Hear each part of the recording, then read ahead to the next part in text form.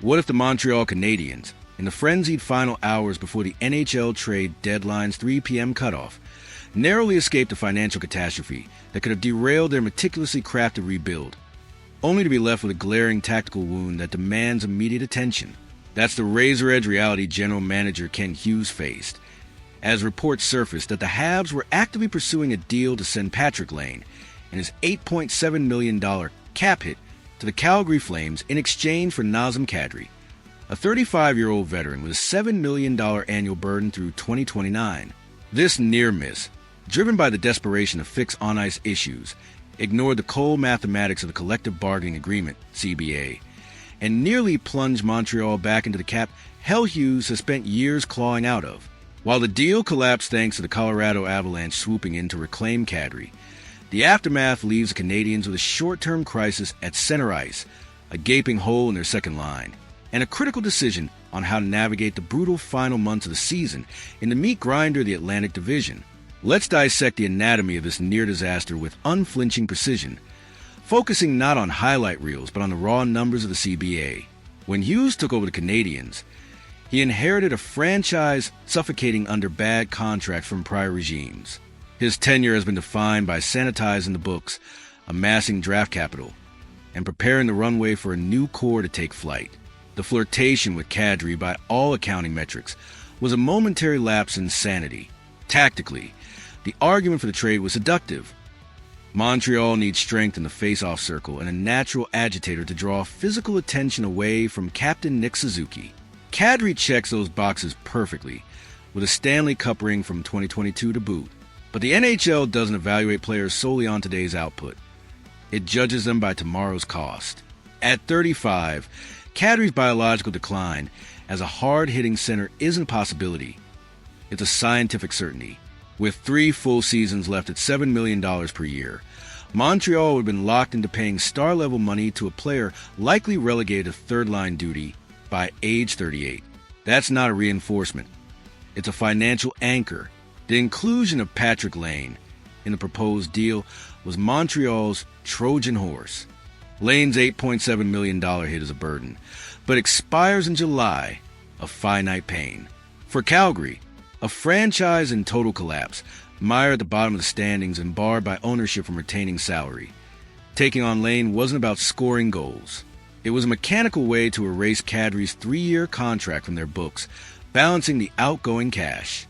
If Lane thrived in the West, Calgary could re-sign him.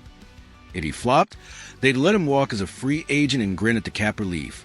But before Hughes could sign off on this disaster, the Colorado Avalanche intervened. GM Chris McFarland, in full desperation mode to fix a broken power play and chase an immediate title, absorbed the pain of the deal and brought Kadri back to Denver. Colorado can afford to mortgage their future. They're in a win-now window. Montreal has no such luxury. The failure of this trade is the Canadiens' greatest invisible triumph of the season.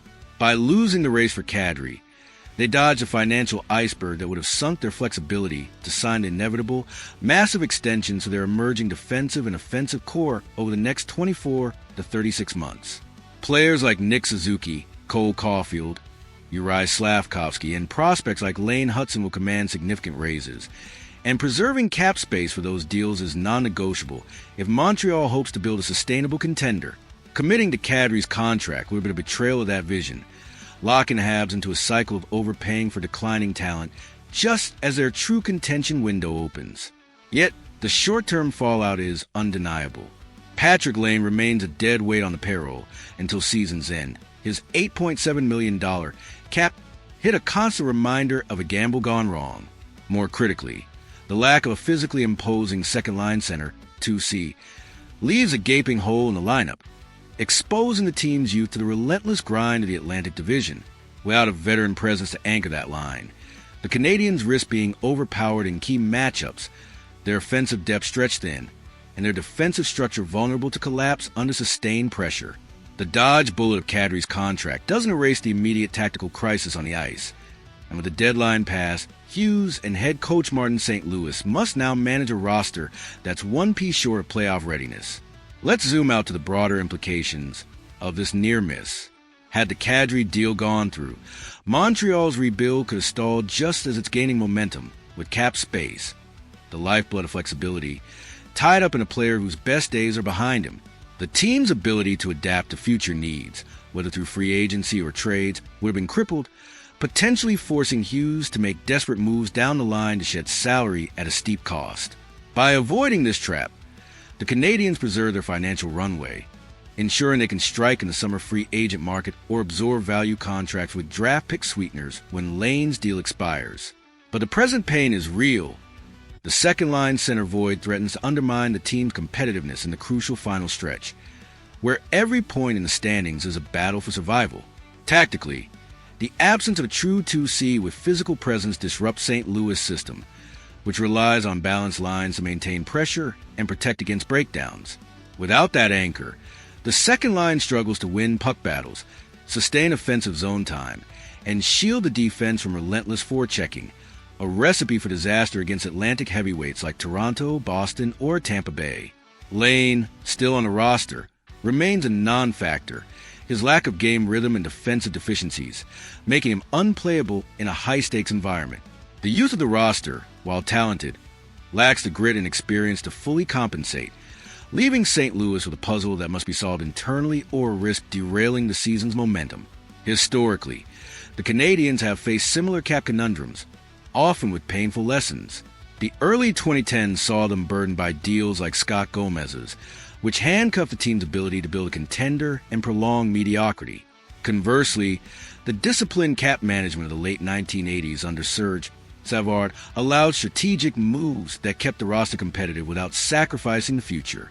Hughes' decision or fortunate escape from the Kadri trade aligns with the latter path, prioritizing long-term health over short-term relief. But history also warns that neglecting immediate roster needs can sap morale and stall progress, as seen in the post-1993 years when Habs struggled to adapt to a changing league. The balance between now and later is delicate, and St. Louis must navigate it with precision. So, I'm turning the ice over to you. Given that the route of overpriced veterans like Kadri has been blocked, and the team must survive the final months without a true physically imposing second-line center, what is your crisis management protocol for Martin St. Louis? Would you reshuffle the top of the roster, moving Uri Slavkovsky to carry the second line alone, and attempt to staunch the tactical bleeding, even at the risk of destroying the chemistry of the first unit with Suzuki and Caulfield? Or would you raise the shield, promote prospects from the AHL like the Laval Rocket, and sacrifice immediate results this season to preserve the purity of the salary cap, setting up a stronger attack on the free agent market in the summer? This isn't just about a lineup. It's about weathering a storm without losing sight of the horizon. Drop your strategy in the comments, and let's debate the best way to keep the Canadiens afloat in the Atlantic's crucible. The Bell Center demands resilience, and with the postseason race tightening, every shift counts.